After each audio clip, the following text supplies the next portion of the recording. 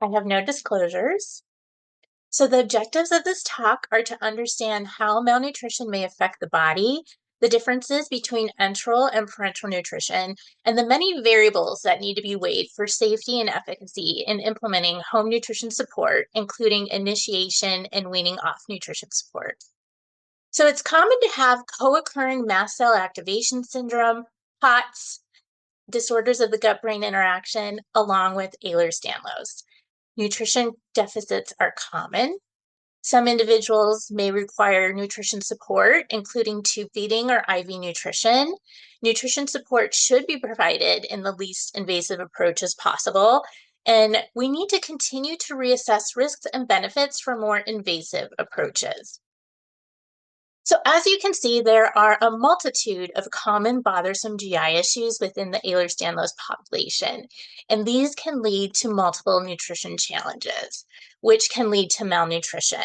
So individuals restrict their diet due to primary GI symptoms, medication side effects, and food intolerances. So they may over-restrict their food intake, leading to low calorie and protein diets. They may go long periods without eating, experience unintentional weight loss, and possibly avoidant restricted food intake disorder, otherwise known as ARFID. So malnutrition has been defined in multiple ways, but all definitions include inadequacy of nutrients to maintain a person's health that's caused by one or more of the following factors: insufficient intake, impaired absorption, and increased nutrition requirements, and altered nutrient transport and utilization. So malnutrition can affect all systems in the body. In an effort to keep itself running, it will use coping mechanisms to try and preserve energy, which can cause physical symptoms. Insufficient intake of any and all nutrients can cause uncomfortable symptoms in the body. So even in the resting state, the body will need a certain amount of nutrition for energy for the vital organs to function appropriately. This is known as resting energy expenditure. And although muscles and adipose tissue take up more room in our bodies, they need much less energy when compared to our vital organs.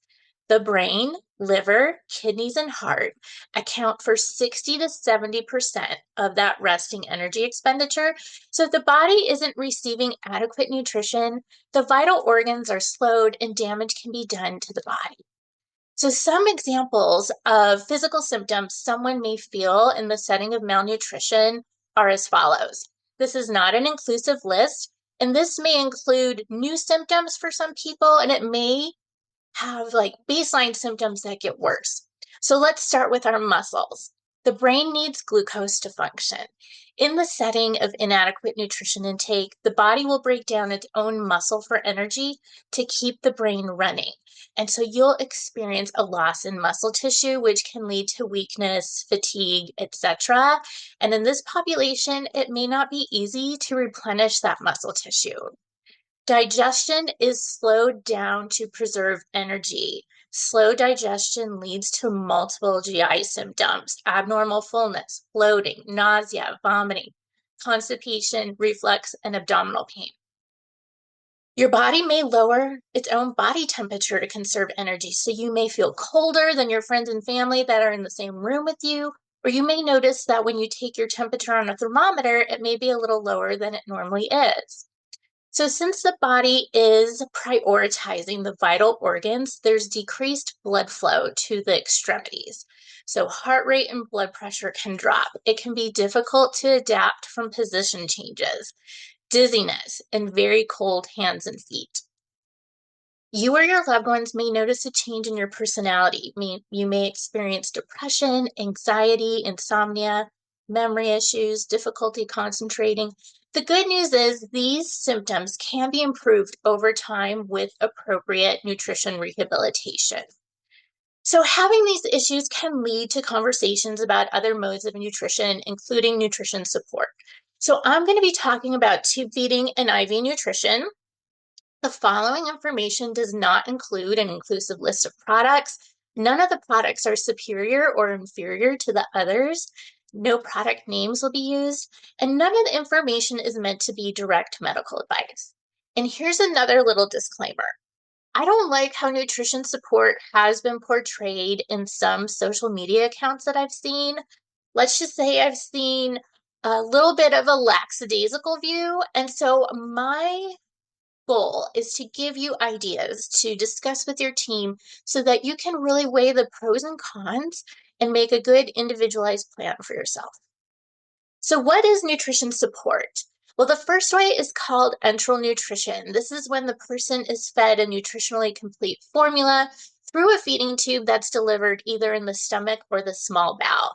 So, we want to use the GI tract as much as possible. We say if the gut works, use it.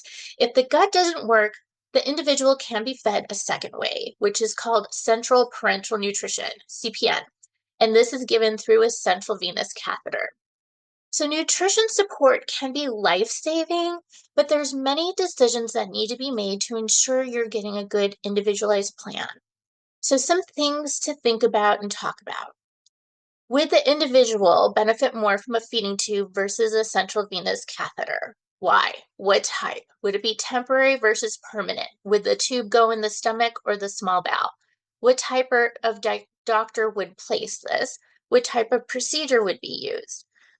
What doctor would manage this appliance? Who's going to be there if and when issues arise? Who's going to keep track of if and when exchanges to this appliance needs to be done? Who's going to set you up to receive nutrition formula and supplies and guide you with your nutrition needs, ensuring your nutrition needs are being met, working with you to optimize your oral nutrition, and helping you wean down on nutrition support when the time is right. So why is feeding the gut preferred over the intravenous route? Using the GI tract with enteral nutrition has been shown to maintain the structure, function, and integrity of the gut. It reduces infectious complications versus what may happen with CPN, and it's much less expensive than CPN. But there are complications associated with enteral nutrition, and these can range from uncomfortable GI symptoms to life-threatening issues. The tube can fall out, it can become accidentally clogged. Someone may get an infection or experience drainage around that tube site, which can be painful. There's something called refeeding syndrome that can happen in a person that's malnourished if too much nutrition is provided too soon. This can cause electrolyte shifts that may contribute to cardiac and or respiratory arrest and even death. So it really is important for a malnourished person to be monitored closely and for a provider to order appropriate electrolyte repletion if and when needed. My facility has some parameters that we use to help us decide, would this person be better served being admitted to the hospital for a few days for this close monitoring, or are they okay to monitor at home? So the nutrition component of enteral nutrition comes in the form of a mostly liquid, nutritionally complete formula. We all live in different countries. We have different access to different products. The United States has quite a large variety of these. And even with that large variety, I have not found the one perfect formula for any patient population. It's truly individualized. So the dietitian really just needs to look at the full clinical picture, the past medical and surgical history, the GI symptoms, what happens when the person tries to eat, and taking that information and looking at the formulas available. I often look at the concentration of the formula, the volume that the person needs to take in. It needs to be realistic. The fiber content of the formula can be a variable with intolerance. So there's multiple formulas that have different amounts of fiber. There's specialized formulas that are available if needed. However, these come at a much higher price point. I try to include cost in the total equation because, again, it has to be realistic. If the patient can't afford it, it's not very helpful. So moving forward with a feeding tube, there's a lot of questions to ask, a lot of considerations. Would the patient benefit more from a temporary versus a more permanent tube? Would the tube go into the stomach or into the small intestine? My facility would opt for a more temporary tube to start with the thought being we want to see how this person tolerates this mode of nutrition. If they don't do well, these tubes are easily removed and can be removed at any time. And this comes in the form of a nasal tube. The tube on the left is called a nasogastric tube or an NG tube. Gastric means stomach.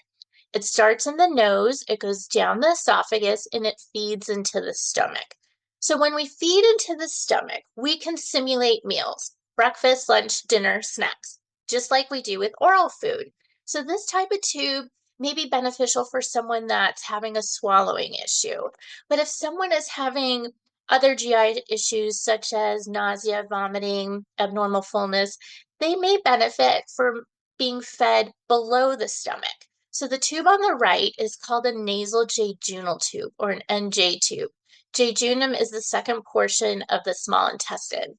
And this tube goes through the stomach and feeds into the small bowel. So you can see the small bowel is a long, skinny tube. It does not expand and hold a lot of volume like our stomach does. So the way we feed through the small bowel is having the formula slowly dripped in over a number of hours. So moving forward with a more permanent tube, this is called a gastric tube. You may have heard a term called PEG tube used or G tube. These are placed directly in the abdomen into the stomach. The reason they are called more permanent tubes is because they have to stay in the person for at least 2 months before removing. The reason why is that this hole that holds the tube in place needs to be completely healed. If the tube is removed before that healing occurs, there's a chance that the stomach contents can accidentally spill out into the abdomen and cause a very bad infection called peritonitis. These are some examples of different G tubes that are available. This is not an inclusive list. You can see on the bottom that there's longer tubes, so they come in different lengths. The longer tubes hang out of the abdomen and we secure it to the abdomen when they're not in use. There's some that are shorter that are flat to the belly. We call these button tubes. They use an extension set when they're being fed, and you can easily remove those so that when you're not using it, it literally looks like a little button on your abdomen. There's some tubes that are held in with a balloon. There's some that are held in with more of a firm rubber stopper. So with each of these tubes, there's different physicians that utilize different procedures and place different tubes. There's different maintenance needs. There's different supply needs. There's different timeline and different parameters that need to be met if a button tube is desired. So all that information has to go into the individualized plan. So when we are simulating meals with gastric tubes, whether it's an NG tube or a tube that goes directly in the abdomen, there's two main ways to go about doing that: bolus and gravity drip feedings. So bolus is done with these big syringes you see on the left where the person fills up multiple syringes of water and formula and injects that into the tube. That sounds like a really fast way to do the feedings, but we recommend to allow 20 to 30 minutes per feeding to optimize tolerance. And on the right, you see an illustration of what gravity drip feedings can look like. You have an IV pole, you hang a bag that has some tubing on it that's attached to your feeding tube. You pour your formula in the bag, and gravity literally does its job. You can speed it up and slow it down with this little roller clamp, but really within 30 minutes, the meal should be done. And the amount of times the person does this per day really just depends on their individualized nutrition needs and how much formula they feel comfortable with at one time. This is another type of permanent tube called a transgastric jejunostomy tube or GJ tube. This would be a consideration after someone has had that nasal jejunal tube, if they felt good with that and it was deemed appropriate to move to something more permanent. This tube is placed directly in the abdomen, in the stomach, and feeds into the jejunum. So these are some examples of what GJ tubes may look like. You can see they're pretty long. They feed deep down into the small intestine. We have the type that hangs out of the abdomen, that's secured to the abdomen when it's not in use. And then there's a couple of button types available. Again, different physicians utilize different procedures. They place different tubes. There's different supply and maintenance needs, and there's different timeline and parameters that need to be met if a button tube is desired. This is the last type of tube I'm going to talk about. It's called a jejunostomy tube or a J tube. This is placed directly in the abdomen into the small intestine, and this is an example of what that tube can look like.